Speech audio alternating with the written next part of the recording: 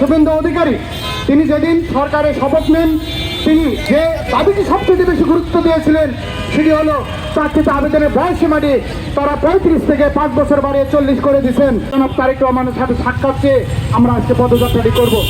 প্রিয় সাংবাদিক ভাই বোনেরা, আপনারা জানেন ইতিমধ্যে আমাদের এই পার্শ্ববর্তী দেশ, আপনারা জানেন কলিকাতা সাংস্কৃতিক দিক থেকে আমরা প্রায় সমমনা।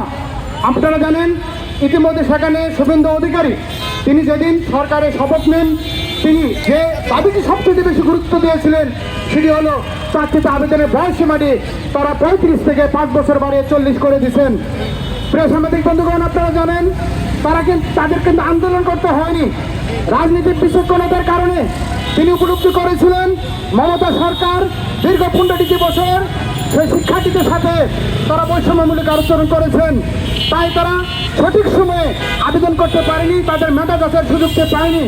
সেই বিষয়টি একজন রাজনৈতিক বিচক্ষণ ব্যক্তি শুভেন্দু অধিকারী তিনি প্রথমে সারা বাংলাদেশের সেই পশ্চিমবঙ্গের শিক্ষার্থীদের কথা বিবেচনা করে সরকারিতে চাকরিতে আবেদনের বয়সীমাটি 35 থেকে 40 বছর করে দেবে। কিন্তু অত্যন্ত পরিতাপের বিষয়, বাংলাদেশে যেখানে বাংলাদেশের মানুষের গড় আয় বৃদ্ধি পেয়ে 74+ হয়ে গেছে, সেখানে বাংলাদেশের মানুষের কর্মদক্ষতা বৃদ্ধি পেয়েছে, সেখানে আমাদের এশিয়া মহাদেশের প্রত্যেকটি দেশে চাকরিতে প্রবেশের বয়সীমা আন্তর্জাতিক মানদণ্ডে সর্বনিম্ন 35 রয়েছে।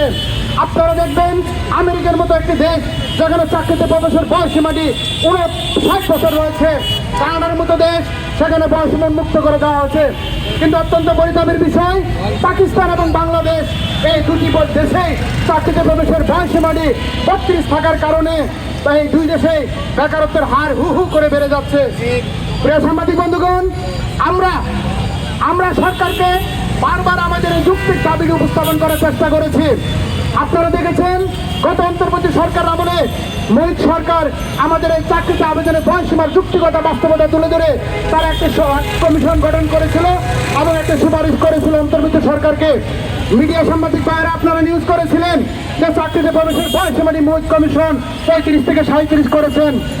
আমরা অত্যন্ত আনন্দের সাথে সাধুবাদ জানিয়েছিলাম, কিন্তু অত্যন্ত পরিতাপের বিষয় এই শিক্ষার্থীদের সেই দাবিটিকে বৃত্তাঙ্গুলিতে হয়ে কিছু ছাত্র উপদেষ্টা তারা আমাদের এই দাবিটিকে একটা রাজনৈতিক পেশারে বা রাজনৈতিক চাপ হিসেবে নিয়ে তারা আমাদেরকে এই 32 চাপিয়ে দেওয়া হয়। তখনই আমরা আন্দোলন করতে করতে আমাদের বয়স 32 ক্রস করে গেছিল।